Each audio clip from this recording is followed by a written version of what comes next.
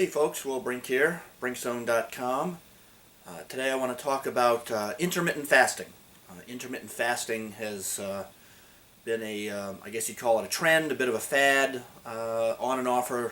Actually, the concept has been around a long time. People think it's new, but honestly, intermittent fasting concepts have been around for as long as I've been in the business, which is several decades, so I'd assume they probably have been around even longer. So people should not consider intermittent fasting a new concept by any means. However, up until recently, there really wasn't a lot of data, a lot of studies looking at intermittent fasting. So there really wasn't much to go on other than anecdotal responses of people and feedback and stories and stuff. And so there really wasn't much to go on. There actually has been a fair amount now of intermittent fasting style studies that we can at least comment on and come to some conclusions and hopefully give you some decent feedback and some advice. But so let's start on the basically concept. I mean, there's calorie restriction, and that's just straight up reducing your calorie intake consistently, and that has been shown in some animal models to extend life and improve health. But that's really not, for most people, it's really not much of an option to live at 30-40% below your maintenance calories. It's to be honest with you, I think it's pretty miserable existence, but we won't go there. We're talking about IF. So IF generally comes in at this point sort of two different standard models. One of them is to condense all of your food intake into a smaller window of time, like 4 to 6 hours. You get all your food, all your calories in 4 to 6 hour time, and then you go a fairly extended amount of time without food.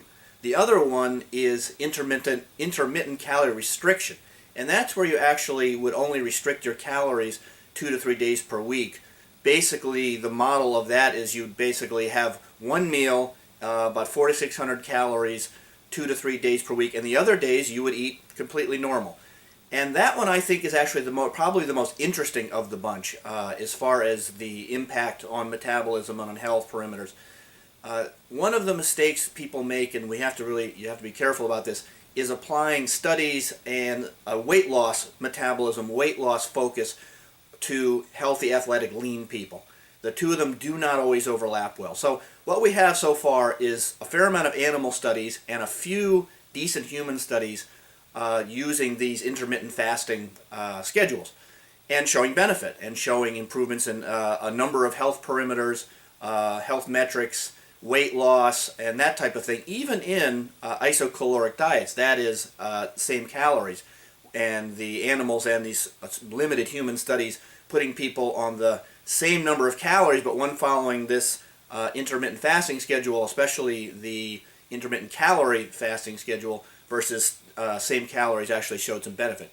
So that's interesting news, I'd say exciting news, but you really cannot apply this to leaner, active people. And to that point, one study on IF did it with healthy, leaner people and did not find any particular benefit, did not find superior effect on weight loss and metabolic parameter stuff. So you have to be careful with that. And for exercise, for example, does mimic a lot of the effects that you might see in IF. That is improved insulin sensitivity, improved lipids, and reduced blood pressure, and so forth. So again, what we have with IF at this point is, at least as far as it applies to athletic, leaner people, we have as many questions as we have answers. I think that the most interesting, let's say, of the bunch is the intermittent calorie version. That is 2 to 3 days per week. The person would eat one meal, about 400 to 600 calories, and the other days of the week eat completely normal.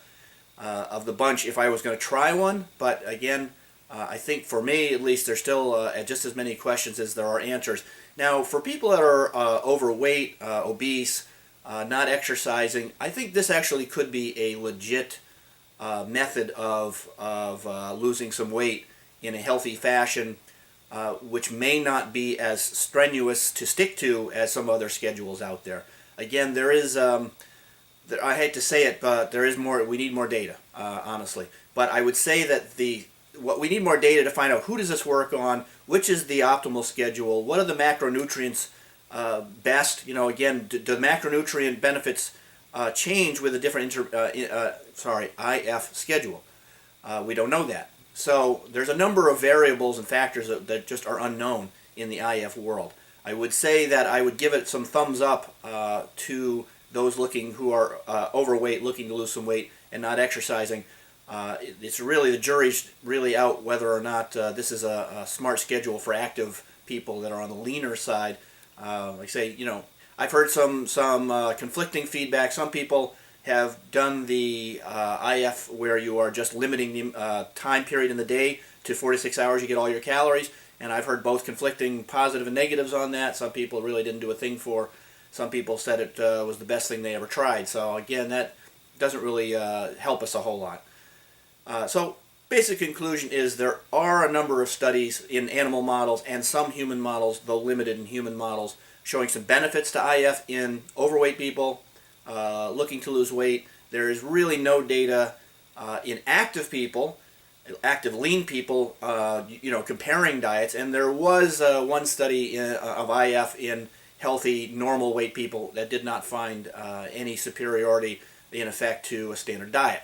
So I hope that at least as more studies come up, I'll mention them, and I will link you in this video to a page on my site to an excellent review paper that just came out that I thought was really helpful, discussing all of this as to what we have for studies, what we still need for studies, who this might apply to, and so on and so forth. So check that out, and I hope this info helps. You might want to sub up. As you see, I use the solid science versus the bro science you find on so many YouTube channels, and I'll see you all on the Brink Zone.